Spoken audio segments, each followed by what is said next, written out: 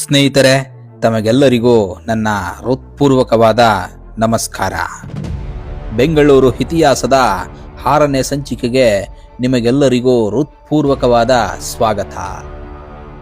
ಇಂದಿನ ಸಂಚಿಕೆಯಲ್ಲಿ ಬೆಂಗಳೂರು ಕೋಟೆಯ ನಿರ್ಮಾಣದ ಸಂದರ್ಭದಲ್ಲಿ ಜರುಗಿದ ರೋಚಕ ಕತೆ ಹಾಗೂ ಕೆಂಪೇಗೌಡರ ಸೊಸೆಯ ಮಹಾತ್ಯಾಗದ ಬಗ್ಗೆ ನೋಡಿದೆವು.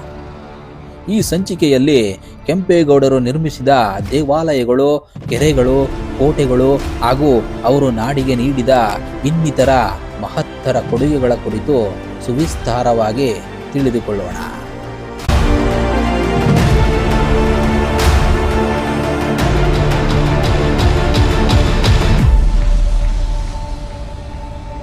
ಸ್ನೇಹಿತರೆ, ಲಕ್ಷ್ಮಮ್ಮನ ಮಹಾತ್ಯಾಗದ ನಂತರ ಕೋಟೆಯ ಮಹಾದ್ವಾರ ಮತ್ತೆಂದಿಗೂ ಉರುಳದೆ ದೃಢವಾಗಿ ಮತ್ತು ಸ್ಥಿರವಾಗಿ ನಿಂತಿತು.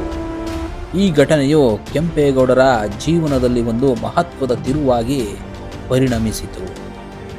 ಅದರ ನಂತರ ಅವರು ತಮ್ಮ ಹೊಸ ರಾಜಧಾನಿಯಾದ ಬೆಂಗಳೂರಿನ ಅಭಿವೃದ್ಧಿ ಕಾರ್ಯಗಳಿಗೆ ಮತ್ತಷ್ಟು ವೇಗ ನೀಡಿದರು.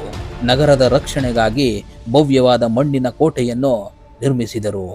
ಕೋಟೆಯ 4 ದಿಕ್ಕುಗಳಲ್ಲೂ ಮಹಾದ್ವಾರಗಳು ತಲೆ ಎತ್ತಿ ನಿಂತಿದ್ದವು. ಕೋಟೆಯ ಹೊರಭಾಗದಲ್ಲಿ ನವತಾಟಕಗಳು ನಗರದ ಭದ್ರತೆಯನ್ನು ಬಲಪಡಿಸುತ್ತಿದ್ದರೆ, ಕೋಟೆಯ ಒಳಭಾಗದಲ್ಲಿ ಅನೇಕ ದೇವಾಲಯಗಳು ಆಧ್ಯಾತ್ಮಿಕ ವೈಭವವನ್ನು ಸಾರುತ್ತಿದ್ದವು. ಆದರೆ ಸ್ನೇಹಿತರೆ, ಕೆಂಪೇಗೌಡರು ಕೇವಲ ಒಬ್ಬ ಯೋಧ ಅಥವಾ ಆಡಳಿತಗಾರ ಮಾತ್ರವಾಗಿರಲಿಲ್ಲ. ಅವರು ಧರ್ಮ, ಸಂಸ್ಕೃತಿ ಮತ್ತು ಜನಜೀವನದ ಬೆಳವಣಿಗೆಗೂ ಅಪಾರ ಮಹತ್ವ ನೀಡಿದ ದೂರದೃಷ್ಟಿಯ ನಾಯಕನಾಗಿದ್ದರು.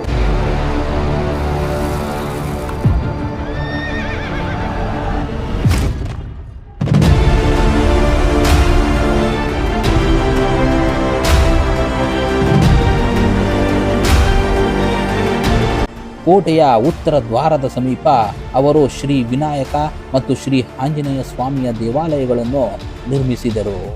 ಈ ದೇವಾಲಯಗಳು ನಗರದ ಜನರಿಗೆ ಭಕ್ತಿಯ ಕೇಂದ್ರಗಳಾಗಿ ರೂಪುಗೊಂಡವು.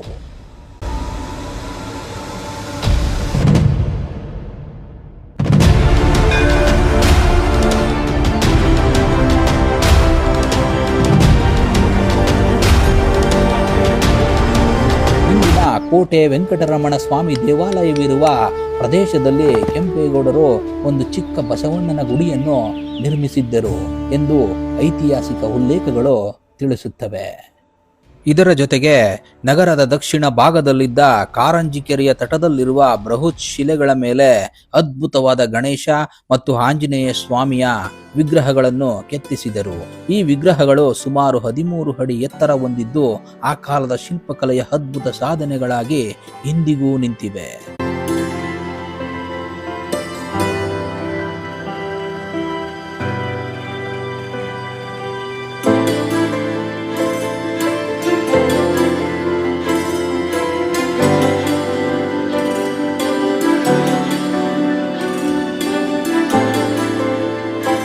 ಅಷ್ಟೇ ಅಲ್ಲ, ಕೆಂಪೇಗೌಡರು ನಿರ್ಮಿಸಿದ ಬಸವನ ಗುಡಿ ಬೆಂಗಳೂರಿನ ಪ್ರಮುಖ ಐತಿಹಾಸಿಕ ಸ್ಮಾರಕಗಳಲ್ಲಿ ಒಂದಾಗಿದೆ. ಅಲ್ಲಿರುವ ನಂದಿ ವಿಗ್ರಹವು ಸುಮಾರು 11 ಅಡಿ ಎತ್ತರ ಹೊಂದಿದ್ದು, ದಕ್ಷಿಣ ಭಾರತದ ಬೃಹತ್ ಏಕಶಿಲಾ ನಂದಿ ವಿಗ್ರಹಗಳಲ್ಲಿ ಒಂದೆಂದು ಪರಿಗಣಿಸಲಾಗಿದೆ. ಶಾಸನಗಳ ಪ್ರಕಾರ ಈ ಬಸವಣ್ಣನ ಪಾದದ ಅಡಿಯಲ್ಲಿ ಹುಟ್ಟುವ ವೃಷಭಾವತಿ ನದಿಯು ದಕ್ಷಿಣ ಮುಖವಾಗಿ ಹರಿಯುತ್ತದೆ. ಈ ನದಿಯ ನೀರನ್ನು ಆ ಕಾಲದಲ್ಲಿ ಕುಡಿಯಲು ಉಪಯೋಗಿಸುತ್ತಿದ್ದರು.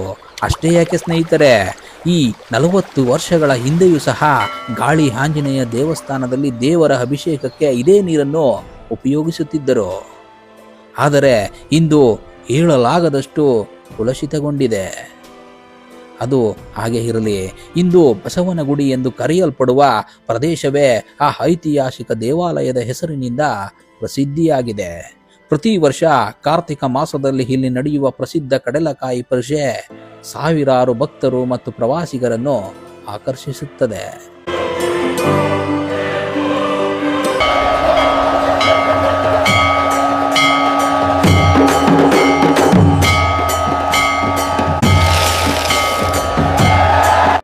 ಸ್ನೇಹಿತರೆ, ಕೆಂಪೇಗೌಡರು ನಿರ್ಮಿಸಿದ ಐತಿಹಾಸಿಕ ದೇವಾಲಯಗಳಲ್ಲಿ ಮತ್ತೊಂದು ಅತ್ಯಂತ ಪ್ರಮುಖವಾದ ದೇವಾಲಯವೆಂದರೆ ಗವಿ ಗಂಗಾಧರೇಶ್ವರ ದೇವಾಲಯ. ಈ ದೇವಾಲಯವು ತನ್ನ ವಿಶಿಷ್ಟ ವಾಸ್ತುಶಿಲ್ಪ ಮತ್ತು ಶಿಲ್ಪಕಲೆಯ ಕಾರಣದಿಂದ ಇಂದಿಗೂ ಭಕ್ತರನ್ನು ಹಾಗೂ ಪ್ರವಾಸಿಗರನ್ನು ಆಶ್ಚರ್ಯಚಕಿತರನ್ನಾಗಿಸುತ್ತದೆ. ಇದು ಸಾಮಾನ್ಯ ದೇವಾಲಯವಲ್ಲ, ಒಂದು ಬೃಹತ್ ಬಂಡೆಯನ್ನು ಕೊರೆದು ನಿರ್ಮಿಸಲಾದ ಅಪರೂಪದ ಗುಹಾಂತರ ದೇವಾಲಯವಾಗಿದೆ. ದೇವಾಲಯದ ಒಳಭಾಗಕ್ಕೆ ಪ್ರವೇಶಿಸಿದಾಗ ಪ್ರಾಚೀನ ಶಿಲ್ಪಗಳ ಅದ್ಭುತ ಕಲಾ ನೈಪುಣ್ಯ ಮತ್ತು ಕರಕುಶಲತೆ ನಮ್ಮನ್ನು ಬೆರಗುಗೊಳಿಸುತ್ತದೆ. ಸ್ನೇಹಿತರೆ, ಈ ದೇವಾಲಯದ ಅತ್ಯಂತ ವಿಶೇಷವಾದ ಅಂಶವೇನೆಂದರೆ ಅದರ ಖಗೋಳಶಾಸ್ತ್ರೀಯ ವಿನ್ಯಾಸ. ಪ್ರತಿ ವರ್ಷ ಮಕರ ಸಂಕ್ರಾಂತಿಯ ದಿನ ಸೂರ್ಯನ ಕಿರಣಗಳು ದೇವಾಲಯದ ಪ್ರವೇಶದ ದ್ವಾರದಿಂದ ನೇರವಾಗಿ ಒಳನುಗ್ಗಿ ಗರ್ಭಗುಡಿಯಲ್ಲಿರುವ ಶಿವಲಿಂಗದ ಮೇಲೆ ಬೀಳುತ್ತವೆ. ಸುಮಾರು 5 ಶತಮಾನಗಳ ಹಿಂದೆ ನಿರ್ಮಿಸಲಾದ ಈ ದೇವಾಲಯದಲ್ಲಿ ಆಧುನಿಕ ತಂತ್ರಜ್ಞಾನಗಳ ಇಲ್ಲದ ಕಾಲದಲ್ಲಿ ಇಂತಹ ನಿಖರವಾದ ವಿನ್ಯಾಸವನ್ನು ರೂಪಿಸಿರುವುದು ನಿಜಕ್ಕೂ ಆಶ್ಚರ್ಯಕರ ಸಂಗತಿಯಾಗಿದೆ. ಸೂರ್ಯನ ಚಲನೆ, ದಿಕ್ಕುಗಳು ಮತ್ತು ವಾಸ್ತುಶಿಲ್ಪದ ಜ್ಞಾನವನ್ನು ಸಮರ್ಪಕವಾಗಿ ಬಳಸಿಕೊಂಡು ಈ ವಿನ್ಯಾಸವನ್ನು ರೂಪಿಸಲಾಗಿದೆ. ಇದು ಆ ಕಾಲದ ಶಿಲ್ಪಿಗಳ ಅಸಾಧಾರಣ ಪ್ರತಿಭೆ ಮತ್ತು ವೈಜ್ಞಾನಿಕ ಅರಿವಿಗೆ ಜೀವಂತ ಸಾಕ್ಷಿಯಾಗಿದೆ. ಇದರ ಜೊತೆಗೆ ದೇವಾಲಯದ ಆವರಣದಲ್ಲಿ ಮತ್ತೊಂದು ಅಪೂರ್ವ ಶಿಲ್ಪಕಲೆಯ ಅದ್ಭುತವನ್ನು ನಾವು ಕಾಣಬಹುದು. ಒಂದೇ ಕಲ್ಲಿನಲ್ಲಿ ಕೆತ್ತಲಾದ ಡಮರು, ತ್ರಿಶೂಲ ಮತ್ತು ಛತ್ರಿ ಅಲ್ಲಿವೆ. ಆ ಶಿಲ್ಪಗಳು ಒಂದೇ ಶಿಲಾಖಂಡದಿಂದ ನಿರ್ಮಿಸಲ್ಪಟ್ಟಿದ್ದು ಅವುಗಳ ವಿನ್ಯಾಸ ಮತ್ತು ಸಮತೋಲನ ನೋಡುಗರನ್ನು ಅಚ್ಚರಿಗೊಳಿಸುತ್ತದೆ. ಸ್ನೇಹಿತರೆ, ಕಲ್ಲಿನಲ್ಲಿ ದೇವಾಲಯವನ್ನು ಕಟ್ಟುವುದು ಒಂದು ಕಲೆ, ಆದರೆ ಕಾಲವನ್ನು ಮೀರಿದ ವೈಜ್ಞಾನಿಕ ಅದ್ಭುತವನ್ನು ಸೃಷ್ಟಿಸುವುದು ಮಹಾನ್ ಶಿಲ್ಪಿಗಳಿಂದ ಮಾತ್ರ ಸಾಧ್ಯ. ಗವಿ ಗಂಗಾಧರೇಶ್ವರ ದೇವಾಲಯವು ಅದಕ್ಕೆ ಜೀವಂತ ಸಾಕ್ಷಿಯಾಗಿದೆ. ಸ್ನೇಹಿತರೆ, ಕೆಂಪೇಗೌಡರ ಸಾಧನೆಗಳು ಕೇವಲ ಕೋಟೆಗಳು, ದೇವಾಲಯಗಳು ಮತ್ತು ನಗರ ನಿರ್ಮಾಣಕ್ಕೆ ಮಾತ್ರ ಸೀಮಿತವಾಗಿರಲಿಲ್ಲ. ಅವರ ದೂರದೃಷ್ಟಿ ಕೃಷಿ, ನೀರಾವರಿ, ಜಲ ಸಂರಕ್ಷಣೆ ಮತ್ತು ಮೂಲಸೌಕರ್ಯ ಅಭಿವೃದ್ಧಿಯ ಕ್ಷೇತ್ರಗಳಿಗೂ ವಿಸ್ತರಿಸಿತ್ತು. ಒಂದು ನಗರ ಶಾಶ್ವತವಾಗಿ ಬೆಳೆಯಬೇಕಾದರೆ ನೀರಿನ ವ್ಯವಸ್ಥೆ ಅತ್ಯಂತ ಮುಖ್ಯ ಎಂಬುದನ್ನು ಕೆಂಪೇಗೌಡರು ಬಹಳ ಹಿಂದೆಯೇ ಅರಿತಿದ್ದರು. ಅದಕ್ಕಾಗಿ ಅವರು ಬೆಂಗಳೂರಿನ ಸುತ್ತಮುತ್ತ ಅನೇಕ ಕೆರೆಗಳು, ಕಲ್ಯಾಣಿಗಳು ಮತ್ತು ಜಲಾಶಯಗಳನ್ನು ನಿರ್ಮಿಸಿ ಭವಿಷ್ಯದ ಅಗತ್ಯಗಳಿಗೆ ಭದ್ರ ಅಡಿಪಾಯ ಹಾಕಿದ್ದರು. ಮೊದಲಿಗೆ ಇಂದಿನ ಸಿಟಿ ಮಾರ್ಕೆಟ್ ಇರುವ ಪ್ರದೇಶದಲ್ಲಿ ಅವರು ಒಂದು ಭವ್ಯವಾದ ಕಲ್ಯಾಣಿಯನ್ನು ನಿರ್ಮಿಸಿದರು. ಆ ಕಾಲದಲ್ಲಿ ಈ ಕಲ್ಯಾಣಿ ಜನರಿಗೆ ಕುಡಿಯುವ ನೀರಿನ ಮೂಲವಾಗಿಯೂ ಸಾಮಾಜಿಕ ಹಾಗೂ ಧಾರ್ಮಿಕ ಚಟುವಟಿಕೆಗಳ ಕೇಂದ್ರವಾಗಿಯೂ ಕಾರ್ಯನಿರ್ವಹಿಸುತ್ತಿತ್ತು. ಆದರೆ ಕಾಲಕ್ರಮೇಣ ನಗರ ವಿಸ್ತರಣೆಯೊಂದಿಗೆ ಆ ಕಲ್ಯಾಣಿ ಮುಚ್ಚಿ ಹೋಗಿ ಅದರ ಸ್ಥಳದಲ್ಲಿ ಹಿಂದಿನ ಪ್ರಸಿದ್ಧ ಸಿಟಿ ಮಾರ್ಕೆಟ್ ಬೆಳೆಯಿತು.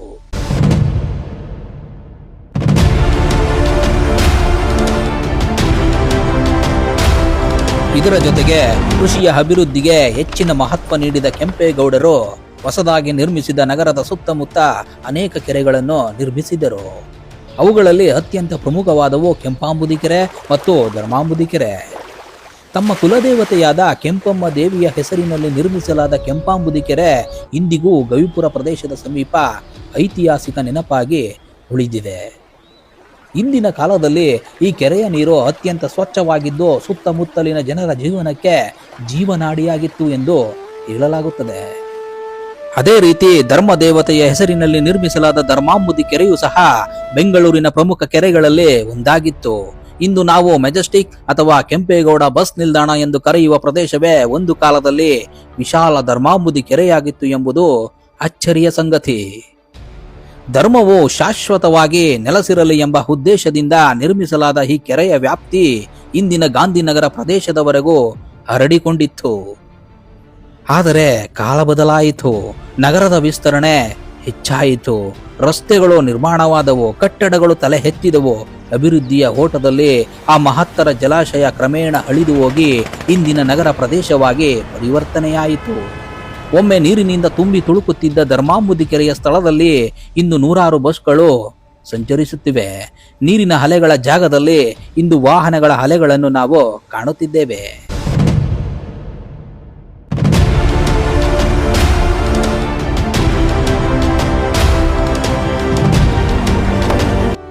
ಕೆಂಪೇಗೌಡರ ಕಾಲದಲ್ಲಿ ನಿರ್ಮಾಣವಾದ ಮತ್ತೊಂದು ಪ್ರಮುಖ ಜಲಾಶಯವೆಂದರೆ ಸಂಪಂಗಿ ಕೆರೆ. ಈ ಕೆರೆಯ ಸುತ್ತಮುತ್ತ ವಿಶಾಲವಾದ ಗದ್ದೆಗಳು, ಹಸಿರು ತೋಟಗಳು ಮತ್ತು ಕೃಷಿ ಭೂಮಿಗಳು ಹರಡಿಕೊಂಡಿದ್ದವು. ಆ ಪ್ರದೇಶವು ನಗರದ ಆಹಾರ ಉತ್ಪಾದನೆಗೆ ಪ್ರಮುಖ ಆಧಾರವಾಗಿತ್ತು. ಆದರೆ ನಗರೀಕರಣದ ಹಬ್ಬರದಲ್ಲಿ ಕಾಲಕ್ರಮೇಣ ಆ ಕೃಷಿ ಭೂಮಿಗಳು ಮತ್ತು ತೋಟಗಳು ಕಣ್ಮರೆಯಾದವು. ಇಂದು ಆ ಪ್ರದೇಶದಲ್ಲಿ ಆಧುನಿಕ ಬಡಾವಣೆಗಳು, ರಸ್ತೆಗಳು ಮತ್ತು ಕಟ್ಟಡಗಳು ತಲೆ ಎತ್ತಿವೆ. ಒಮ್ಮೆ ಹಸಿರು ಹೊಲಗಳು ಮತ್ತು ತೋಟಗಳಿಂದ ಕಂಗೊಳಿಸುತ್ತಿದ್ದ ಪ್ರದೇಶವೇ ಇಂದು ಸಂಪಂಗಿ ರಾಮನಗರ ಎಂದು ಪ್ರಸಿದ್ಧವಾಗಿದೆ. ಇಂದು ನಾವು ನೋಡುತ್ತಿರುವ ಆಧುನಿಕ ಬೆಂಗಳೂರು ಒಮ್ಮೆ ಕೆರೆಗಳು, ತೋಟಗಳು, ಗದ್ದೆಗಳು ಮತ್ತು ನೈಸರ್ಗಿಕ ಸಂಪತ್ತಿನಿಂದ ಸಮೃದ್ಧವಾಗಿದ್ದ ನಗರವಾಗಿತ್ತು. ಈ ಎಲ್ಲವನ್ನು ರೂಪಿಸಿದ ಕೆಂಪೇಗೌಡರ ದೂರದೃಷ್ಟಿ ನಿಜಕ್ಕೂ ಅದ್ಭುತ. ಅವರು ತಮ್ಮ ಕಾಲಕ್ಕಷ್ಟೇ ಅಲ್ಲ, ಮುಂದಿನ ಹಲವು ತಲೆಮಾರುಗಳ ಅಗತ್ಯಗಳನ್ನು ಗಮನದಲ್ಲಿಟ್ಟುಕೊಂಡು ಯೋಜನೆಗಳನ್ನು ರೂಪಿಸಿದ್ದರು. ಒಬ್ಬ ನಾಯಕನ ಮಹತ್ವ ಅವನು ಕಟ್ಟಿದ ಅರಮನೆಗಳಲ್ಲಿ ಕಾಣುವುದಿಲ್ಲ, ಅವನು ಜನರ ಭವಿಷ್ಯಕ್ಕಾಗಿ ನಿರ್ಮಿಸಿದ ನೀರಿನ ಮೂಲಗಳಲ್ಲಿ, ಕೆರೆಗಳಲ್ಲಿ ಮತ್ತು ಜನೋಪಯೋಗಿ ವ್ಯವಸ್ಥೆಯಲ್ಲಿ ಕಾಣುತ್ತದೆ. ಆ ದೃಷ್ಟಿಯಿಂದ ಕೆಂಪೇಗೌಡರು ನಿಜಕ್ಕೂ ಅಪರೂಪದ ನಿರ್ಮಾತೃ.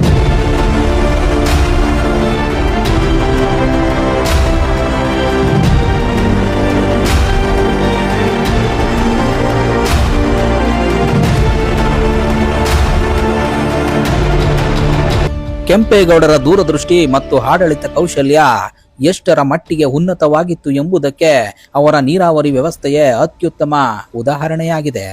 ಅದೇನೆಂದರೆ, ನಗರದಲ್ಲಿ ಸಂಗ್ರಹವಾಗುತ್ತಿದ್ದ ಮಳೆ ನೀರು ಮತ್ತು ಹೆಚ್ಚುವರಿ ನೀರು ವ್ಯರ್ಥವಾಗಿ ಹರಿದು ಹೋಗದಂತೆ ಒಂದು ಕೆರೆಯಿಂದ ಮತ್ತೊಂದು ಕೆರೆಗೆ ಸಂಪರ್ಕ ಕಲ್ಪಿಸುವ ಯೋಜನೆಯನ್ನು ರೂಪಿಸಲಾಗಿತ್ತು. ಬೆಂಗಳೂರು ಪ್ರದೇಶದಿಂದ ಹರಿದು ಬರುವ ನೀರು ಮೊದಲು ಕೋರಮಂಗಲ ಮತ್ತು ಹಾಡುಗೋಡಿ ಭಾಗಗಳ ಮೂಲಕ ಸಾಗುತ್ತಿತ್ತು. ಅಲ್ಲಿಂದ ಅದು ಚಳ್ಳಘಟ್ಟದ ಕೆರೆಯನ್ನು ತಲುಪಿ ನಂತರ ಯಮಲೂರು ಹಾಗೂ ಬೆಳ್ಳಂದೂರು ಕೆರೆಗಳಿಗೆ ಸೇರುತ್ತಿತ್ತು. ಈ ರೀತಿ ಒಂದರ ನಂತರ ಒಂದರಂತೆ ಸಂಪರ್ಕ ಹೊಂದಿದ್ದ ಕೆರೆಗಳ ಸರಪಳಿಯು ನೀರನ್ನು ಸಂಗ್ರಹಿಸುವುದಷ್ಟೇ ಅಲ್ಲ, ಸುತ್ತಮುತ್ತಲಿನ ಪ್ರದೇಶಗಳ ಕೃಷಿಗೆ ಜೀವನಾಡಿಯಾಗಿ ಕಾರ್ಯನಿರ್ವಹಿಸುತ್ತಿತ್ತು. ಮುಂದೆ ಹರಿಯುವ ನೀರನ್ನು ಇನ್ನಷ್ಟು ಪರಿಣಾಮಕಾರಿಯಾಗಿ ಬಳಸುವ ಉದ್ದೇಶದಿಂದ ವರ್ತೂರು ಪ್ರದೇಶದಲ್ಲಿ ಅಡ್ಡಗಟ್ಟೆಯನ್ನು ನಿರ್ಮಿಸಿ ವಿಶಾಲವಾದ ವರ್ತೂರು ಕೆರೆಯನ್ನು ರೂಪಿಸಲಾಯಿತು. ಈ ಕೆರೆಯು ಸುತ್ತಮುತ್ತಲಿನ ಕೃಷಿ ಭೂಮಿಗಳಿಗೆ ನೀರನ್ನು ಒದಗಿಸುವ ಪ್ರಮುಖ ಕೇಂದ್ರವಾಗಿ ಬೆಳೆಯಿತು. ಅಲ್ಲಿಂದ ಮುಂದಕ್ಕೆ ಹರಿಯುವ ನೀರು ದಕ್ಷಿಣ ಪಿನಾಕಿನಿ ನದಿ ವ್ಯವಸ್ಥೆಯನ್ನು ಸೇರಿ ವಿಶಾಲ ಪ್ರದೇಶಗಳಿಗೆ ನೀರಾವರಿ ಸೌಲಭ್ಯವನ್ನು ಒದಗಿಸುತ್ತಿತ್ತು. ಸ್ನೇಹಿತರೆ, ಈ ಸಮಗ್ರ ನೀರಾವರಿ ವ್ಯವಸ್ಥೆಯ ಪರಿಣಾಮವಾಗಿ ಆ ಕಾಲದಲ್ಲಿ ಬೆಂಗಳೂರು ಸುತ್ತಮುತ್ತಲಿನ ಪ್ರದೇಶಗಳಲ್ಲಿ ಕೃಷಿ ಸಮೃದ್ಧಿಯಾಗಿ ಬೆಳೆಯಿತು. ವಿಶೇಷವಾಗಿ ಭತ್ತದ ಬೆಳೆ ಹೇರಳವಾಗಿ ಬೆಳೆಯುತ್ತಿತ್ತು. ರೈತರ ಜೀವನ ಸುಧಾರಿಸಿತು, ಆಹಾರ ಉತ್ಪಾದನೆ ಹೆಚ್ಚಾಯಿತು ಮತ್ತು ಆರ್ಥಿಕ ಚಟುವಟಿಕೆಗಳು ವೃದ್ಧಿಸಿದವು. ಇಂದು ನಾವು ಕೆರೆಗಳ ಸರಪಳಿ ಅಥವಾ ಇಂಟರ್ಲಿಕ್ಡ್ ವಾಟರ್ ಸಿಸ್ಟಮ್ ಎಂದು ಕರೆಯುವ ಪರಿಕಲ್ಪನೆಯನ್ನು ಕೆಂಪೇಗೌಡರು ಶತಮಾನಗಳ ಹಿಂದೆಯೇ ಕಾರ್ಯರೂಪಕ್ಕೆ ತಂದಿದ್ದರು ಎಂಬುದು ಅವರ ಅಸಾಧಾರಣ ದೂರದೃಷ್ಟಿಗೆ ಸಾಕ್ಷಿಯಾಗಿದೆ. ಸ್ನೇಹಿತರೆ, ಕೆಂಪೇಗೌಡರು ತೋಟಗಾರಿಕೆ, ವ್ಯಾಪಾರ ಮತ್ತು ವಿವಿಧ ಸಮುದಾಯಗಳ ಅಭಿವೃದ್ಧಿಗೂ ಸಹ ಸಮಾನ ಆದ್ಯತೆ ನೀಡಿದ್ದರು. ಒಂದು ನಗರ ಸಮೃದ್ಧಿಯಾಗಬೇಕಾದರೆ ಅದರ ಜನರು ಸಮೃದ್ಧಿಯಾಗಬೇಕು ಎಂಬ ಸತ್ಯವನ್ನು ಅವರು ಚೆನ್ನಾಗಿ ಅರಿತಿದ್ದರು. ಆದ್ದರಿಂದ ವಿವಿಧ ವೃತ್ತಿಗಳಲ್ಲಿ ಪರಿಣಿತಿ ಹೊಂದಿದ್ದ ಸಮುದಾಯಗಳಿಗೆ ಸೂಕ್ತ ಅವಕಾಶಗಳನ್ನು ಕಲ್ಪಿಸಿ ಅವರ ಜೀವನೋಪಾಯವನ್ನು ಬಲಪಡಿಸುವ ಕೆಲಸವನ್ನು ಮಾಡಿದ್ದರು. ಅಂತಹ ಸಮುದಾಯಗಳಲ್ಲಿ ಪ್ರಮುಖವಾದವರು ತಿಗಳರು. ತೋಟಗಾರಿಕೆ ಮತ್ತು ಹೂವಿನ ಕೃಷಿಯಲ್ಲಿ ಅಪಾರ ಪರಿಣಿತಿಯನ್ನು ಹೊಂದಿದ್ದ ತಿಗಳ ಸಮುದಾಯವು ವಿಶೇಷವಾಗಿ ಕೈ ತೋಟಗಳನ್ನು ಬೆಳೆಸುವಲ್ಲಿ ಪ್ರಸಿದ್ಧರಾಗಿದ್ದರು. ಅವರ ಪರಿಶ್ರಮ ಮತ್ತು ಕೌಶಲ್ಯದಿಂದಾಗಿ ಬೆಂಗಳೂರು ಸುತ್ತಮುತ್ತಲಿನ ಪ್ರದೇಶಗಳು ಹಸಿರಿನಿಂದ ಕಂಗೊಳಿಸುತ್ತಿದ್ದವು. ಇವರನ್ನು ವಹಿನಿ ಕುಲ ಕ್ಷತ್ರಿಯರು ಎಂದು ಕರೆಯಲಾಗುತ್ತಿತ್ತು. ಈ ಸಮುದಾಯದ ಅಭಿವೃದ್ಧಿಗಾಗಿ ಕೆಂಪೇಗೌಡರು ಬೆಂಗಳೂರಿನಲ್ಲಿ ಪ್ರತ್ಯೇಕ ಪ್ರದೇಶವೊಂದನ್ನು ಮೀಸಲಿಟ್ಟರು. ಕಾಲಕ್ರಮೇಣ ಆ ಪ್ರದೇಶವು ತಿಗಳರಪೇಟೆ ಎಂಬ ಹೆಸರಿನಿಂದ ಪ್ರಸಿದ್ಧಿಯಾಯಿತು. ಸ್ನೇಹಿತರೆ, ಜನಪದ ಸಂಪ್ರದಾಯಗಳ ಪ್ರಕಾರ ಈ ಸಮುದಾಯದವರು ಶ್ರೀರಾಮನ ಸೈನ್ಯದಲ್ಲಿ ಸೇವೆ ಸಲ್ಲಿಸಿದ ವೀರರ ವಂಶಸ್ಥರು ಎಂಬ ನಂಬಿಕೆಯೂ ಇದೆ.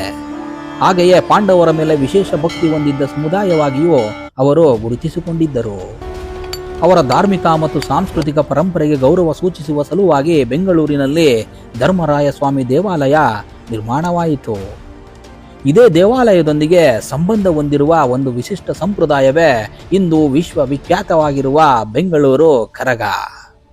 ಶತಮಾನಗಳ ಹಿಂದೆ ಆರಂಭವಾದ ಈ ಕರಗ ಮಹೋತ್ಸವವು ಇಂದಿಗೂ ಅದೇ ಭಕ್ತಿ, ಸಂಪ್ರದಾಯ ಮತ್ತು ವೈಭವದೊಂದಿಗೆ ಆಚರಿಸಲ್ಪಡುತ್ತಿದೆ. ಪ್ರತಿ ವರ್ಷ ಚೈತ್ರ ಮಾಸದ ಹುಣ್ಣಿಮೆಯ ಸಂದರ್ಭದಲ್ಲಿ ನಡೆಯುವ ಬೆಂಗಳೂರು ಕರಗೋತ್ಸವವು ಲಕ್ಷಾಂತರ ಭಕ್ತರನ್ನು ಮತ್ತು ಪ್ರವಾಸಿಗರನ್ನು ಆಕರ್ಷಿಸುತ್ತದೆ.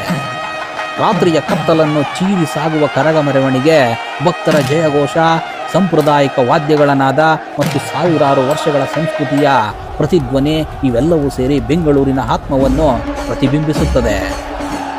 ಸ್ನೇಹಿತರೆ, ಇಂದು ಆಧುನಿಕ ತಂತ್ರಜ್ಞಾನ ಮತ್ತು ಎತ್ತರದ ಕಟ್ಟಡಗಳಿಂದ ಜಗತ್ತಿನ ಗಮನ ಸೆಳೆಯುತ್ತಿರುವ ಬೆಂಗಳೂರಿನ ಹೃದಯದಲ್ಲಿ ಇಂತಹ ಶತಮಾನಗಳಷ್ಟು ಹಳೆಯ ಸಂಸ್ಕೃತಿ ಮತ್ತು ಸಂಪ್ರದಾಯಗಳು ಇನ್ನೂ ಜೀವಂತವಾಗಿವೆ. ಇದು ಕೇವಲ ಒಂದು ಹಬ್ಬವಲ್ಲ, ಬೆಂಗಳೂರು ತನ್ನ ಬೇರುಗಳನ್ನು ಮರೆತಿಲ್ಲ ಎಂಬುದಕ್ಕೆ ಜೀವಂತ ಸಾಕ್ಷಿಯಾಗಿದೆ ಮಿತ್ರರೇ. ನಗರದ ವೈಭವ ಅದರ ಕಟ್ಟಡಗಳಲ್ಲಿ ಮಾತ್ರ ಇರುವುದಿಲ್ಲ, ಅದರ ಸಂಸ್ಕೃತಿ, ಸಂಪ್ರದಾಯ ಮತ್ತು ಜನರ ನೆನಪುಗಳಲ್ಲಿ ಅಡಗಿರುತ್ತದೆ. ಬೆಂಗಳೂರು ಕರಗವು ಆ ವೈಭವದ ಶಾಶ್ವತ ಸಂಕೇತವಾಗಿದೆ. ಹೀಗೆ ಶುಭ ಮುಹೂರ್ತದಲ್ಲಿ ಅಡಿಪಾಯ ಹಾಕಲ್ಪಟ್ಟ ಬೆಂಗಳೂರು ದಿನದಿಂದ ದಿನಕ್ಕೆ ಅಭಿವೃದ್ಧಿಯ ಪಥದಲ್ಲಿ ಮುನ್ನಡೆಯತೊಡಗಿತು. ಕೆಂಪೇಗೌಡರ ದೂರದೃಷ್ಟಿಯ ಆಡಳಿತ, ಸಂಘಟಿತ ನಗರ ಯೋಜನೆ, ನೀರಾವರಿ ವ್ಯವಸ್ಥೆ, ದೇವಾಲಯಗಳ ನಿರ್ಮಾಣ ಮತ್ತು ಜನಪರ ಅಭಿವೃದ್ಧಿ ಕಾರ್ಯಗಳ ಫಲವಾಗಿ ಬೆಂಗಳೂರು ಶೀಘ್ರದಲ್ಲೇ ಒಂದು ಪ್ರಮುಖ ನಗರವಾಗಿ ಹೊರಹೊಮ್ಮಿತು. ಹೊಸದಾಗಿ ನಿರ್ಮಾಣಗೊಂಡ ಈ ನಗರದ ಕೀರ್ತಿ ಮತ್ತು ವೈಭವ ದೂರದ ವಿಜಯನಗರ ಸಾಮ್ರಾಜ್ಯದ ರಾಜಧಾನಿಯವರೆಗೂ ತಲುಪಿತು. ಆ ಸಮಯದಲ್ಲಿ ವಿಜಯನಗರ ಸಾಮ್ರಾಜ್ಯದ ಅರಸನಾಗಿದ್ದ ಅಚ್ಯುತರಾಯ ಬೆಂಗಳೂರು ನಗರದ ಬೆಳವಣಿಗೆ ಮತ್ತು ಕೆಂಪೇಗೌಡರ ಆಡಳಿತ ವೈಖರಿಯ ಬಗ್ಗೆ ತಿಳಿದು ಅಪಾರ ಸಂತೋಷಪಟ್ಟನು.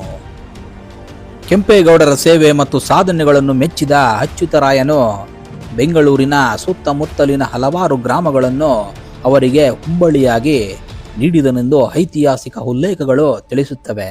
ಅವುಗಳಲ್ಲಿ ಹಲಸೂರು, ವರ್ತೂರು, ಬೇಗೂರು, ಜಿಗಣಿ, ತಲಘಟ್ಟಪುರ, ಕೆಂಗೇರಿ, ಕುಂಬಳಗೋಡು, ಹೆಸರುಘಟ್ಟ, ಕನ್ನಲಿ ಹಾಗೂ ಚಿಕ್ಕಬಾಣಾವರ ಮುಂತಾದ ಪ್ರಮುಖ ಗ್ರಾಮಗಳು ಸೇರಿದ್ದವು. ಆ ಕಾಲದಲ್ಲಿ ಈ ಗ್ರಾಮಗಳಿಂದ ಒಟ್ಟಾರೆ ಸುಮಾರು 30,000 ವರಹಗಳಷ್ಟು ಆದಾಯ ಬರುತ್ತಿತ್ತೆಂದು ಹೇಳಲಾಗುತ್ತದೆ. ಇದು ಆ ಪ್ರದೇಶದ ಆರ್ಥಿಕ ಸಮೃದ್ಧಿಗೆ ಸಾಕ್ಷಿಯಾಗಿದೆ. ಸ್ನೇಹಿತರೆ, ಕಾಲಚಕ್ರ ಮುಂದುವರಿದಂತೆ ಈ ಗ್ರಾಮಗಳು ಬೆಳೆಯುತ್ತಾ ಹೋಬಳಿಗಳಾಗಿ ರೂಪುಗೊಂಡವು. ನಂತರ ನಗರೀಕರಣದೊಂದಿಗೆ ಅವೆಲ್ಲವೂ ಸೇರಿ ಇಂದಿನ ಬೃಹತ್ ಬೆಂಗಳೂರಿನ ಭಾಗಗಳಾದವು. ಇಂದು ನಾವು ಕಾಣುತ್ತಿರುವ ಮಹಾನಗರ ಬೆಂಗಳೂರು ಕೇವಲ ಆಧುನಿಕ ತಂತ್ರಜ್ಞಾನ ಮತ್ತು ಗಗನಚುಂಬಿ ಕಟ್ಟಡಗಳ ಫಲವಲ್ಲ. ಅದರ ಅಡಿಪಾಯದಲ್ಲಿ ಕೆಂಪೇಗೌಡರಂತಹ ದೂರದರ್ಶಿ ನಾಯಕರ ಕನಸುಗಳು, ಯೋಜನೆಗಳು, ಪರಿಶ್ರಮ ಮತ್ತು ತ್ಯಾಗಗಳಿವೆ. ಮಿತ್ರರೇ, ಇದು ಕೇವಲ ಇತಿಹಾಸದ ಪುಟಗಳಲ್ಲಿ ಉಳಿದ ಕಥೆಗಳಲ್ಲ. ಇವು ನಮ್ಮ ಸಂಸ್ಕೃತಿ, ನಮ್ಮ ಪರಂಪರೆ ಮತ್ತು ನಮ್ಮ ಅಸ್ತಿತ್ವದ ಭಾಗಗಳಾಗಿವೆ. ಆದ್ದರಿಂದ ಪ್ರತಿಯೊಬ್ಬ ಕನ್ನಡಿಗನು ತನ್ನ ಇತಿಹಾಸವನ್ನು ತಿಳಿದುಕೊಳ್ಳಬೇಕು. ನಮ್ಮ ಪೂರ್ವಜರ ಸಾಧನೆಗಳು, ತ್ಯಾಗಗಳು ಮತ್ತು ಆದರ್ಶಗಳನ್ನು ಮುಂದಿನ ಪೀಳಿಗೆಗೆ ಪರಿಚಯಿಸಬೇಕು. ಏಕೆಂದರೆ ತನ್ನ ಇತಿಹಾಸವನ್ನು ಅರಿತ ಸಮಾಜವೇ ತನ್ನ ಭವಿಷ್ಯವನ್ನು ಆತ್ಮವಿಶ್ವಾಸದಿಂದ ನಿರ್ಮಿಸಬಲ್ಲದು. ನಮ್ಮ ಪೂರ್ವಜರ ಸಚ್ಚಾರಿತ್ರ್ಯ, ದೇಶಪ್ರೇಮ, ಧರ್ಮನಿಷ್ಠೆ ಮತ್ತು ಜನಪರತೆಯ ಮೌಲ್ಯಗಳನ್ನು ನಾವು ಅಳವಡಿಸಿಕೊಂಡಾಗ ಮಾತ್ರ ಸಮಾಜದಲ್ಲಿ ಉತ್ತಮ ಪ್ರಜೆಗಳು ರೂಪುಗೊಳ್ಳುತ್ತಾರೆ. ಅಂತಹ ಪ್ರಜೆಗಳಿಂದಲೇ ಬಲಿಷ್ಠ ರಾಜ್ಯ ಮತ್ತು ಬಲಿಷ್ಠ ರಾಷ್ಟ್ರ ನಿರ್ಮಾಣವಾಗುತ್ತದೆ. ಇತಿಹಾಸವೆಂದರೆ ಕೇವಲ ಗತಕಾಲದ ಕಥೆಯಲ್ಲ, ಅದು ಭವಿಷ್ಯದ ದಾರಿದೀಪ. ಸ್ನೇಹಿತರೆ, ಇಲ್ಲಿಗೆ ಬೆಂಗಳೂರು ಇತಿಹಾಸದ ಈ ಅಧ್ಯಾಯ ಮುಕ್ತಾಯವಾಗುತ್ತದೆ. ಮುಂದಿನ ಸಂಚಿಕೆಯಲ್ಲಿ ಹಿರಿಯ ಕೆಂಪೇಗೌಡರ ಆಡಳಿತ ಪದ್ಧತಿ, ಅವರ ರಾಜಕೀಯ ದೂರದೃಷ್ಟಿ ಹಾಗೂ ಜನಪರ ಆಡಳಿತದ ಕುರಿತು ಇನ್ನಷ್ಟು ಆಸಕ್ತಿದಾಯಕ ವಿಷಯಗಳನ್ನು ತಿಳಿದುಕೊಳ್ಳೋಣ.